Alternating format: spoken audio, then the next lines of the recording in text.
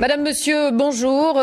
Nous interrompons nos programmes pour un flash spécial de la rédaction. Les deux tours du World Trade Center en plein centre de New York ont en effet été la cible de ce qui semble être un double attentat terroriste. À 8h43, heure locale très précise, un premier avion s'est écrasé sur la première tour du bâtiment. Vous le voyez, la première tour qui était en flammes. 18 minutes plus tard exactement, un deuxième avion est venu percuter de plein fouet la deuxième tour du World Trade Center. Vous voyez, vous découvrez cette image absolument incroyable du deuxième avion qui est venu donc se cracher, s'incruster dans la deuxième tour du World Trade Center.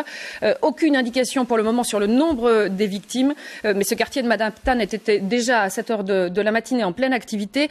Patrick Esther, une autre information, apparemment ces deux avions étaient des avions de passagers détournés, donc a priori des passagers étaient dans ces avions. Très vraisemblablement, on l'a vu sur cette image, en fait il ne s'agissait pas de petits avions, mais réellement de gros bimoteurs, en l'occurrence probablement un Boeing 767 de la société American Airlines qui avait décollé de Boston. Alors comment est-ce que tout ça a pu être possible? Vraisemblablement parce qu'il y a beaucoup d'aéroports dans la région de New York, il y a beaucoup de trafic avec beaucoup de vols et il est vraisemblable qu'en fait des avions ont été détournés. Quand je dis des avions, au moment où je parle, on parle de 3 avions. Il est possible qu'un troisième appareil se soit écrasé en fait sur le Pentagone. Effectivement Patrick, à l'instant ces images nous parviennent, vous allez les découvrir avec nous. Un troisième avion se serait écrasé sur le Pentagone et on peut dire que c'est la panique pour les services de sécurité américains. En ce moment, la Maison-Blanche, le Capitole, le secrétariat au Trésor sont en cours d'évacuation. Le président Bush est intervenu quelques minutes après le premier attentat sur le World Trade Center. On va tout de suite l'entendre. Il parle très clairement d'une action terroriste et non pas d'un accident. Aujourd'hui, nous avons eu une tragédie nationale. 2 avions se sont écrasés sur le World Trade Center dans une apparente attaque terroriste contre notre pays. J'ai parlé au vice-président, au gouverneur de New York, au directeur de la CIA. J'ai donné l'ordre de mobiliser toutes les ressources du gouvernement fédéral pour venir en aide aux victimes et à leurs familles et de mener une investigation complète pour rechercher les types qui ont commis cet acte. Le terrorisme contre notre nation ne passera pas. Et maintenant, si vous le voulez bien, nous allons nous recueillir pour une minute de silence.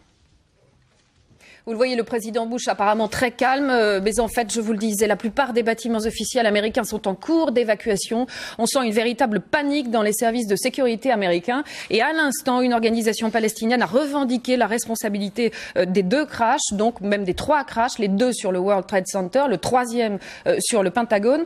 Christian Ballard, c'est effectivement l'une des possibilités évoquées. Oui, c'est-à-dire qu'on est obligé de resituer ça dans le contexte d'une crise proche-orientale que nous vivons depuis un certain temps, depuis un an, depuis la 2e intifada. Alors, l'organisation qui revendique cet attentat sur toutes les dépêches, sur les lignes que nous avons, c'est le FDLP. Alors, le FDLP, c'est le Front de libération de la Palestine. Ça veut dire que c'est un groupe qui était jusqu'à présent inféodé à la Syrie, qui a ses quartiers généraux en Syrie, et dont le leader qui avait succédé il y a peu de temps à Georges Habash, qui était mort, a été tué par les services israéliens.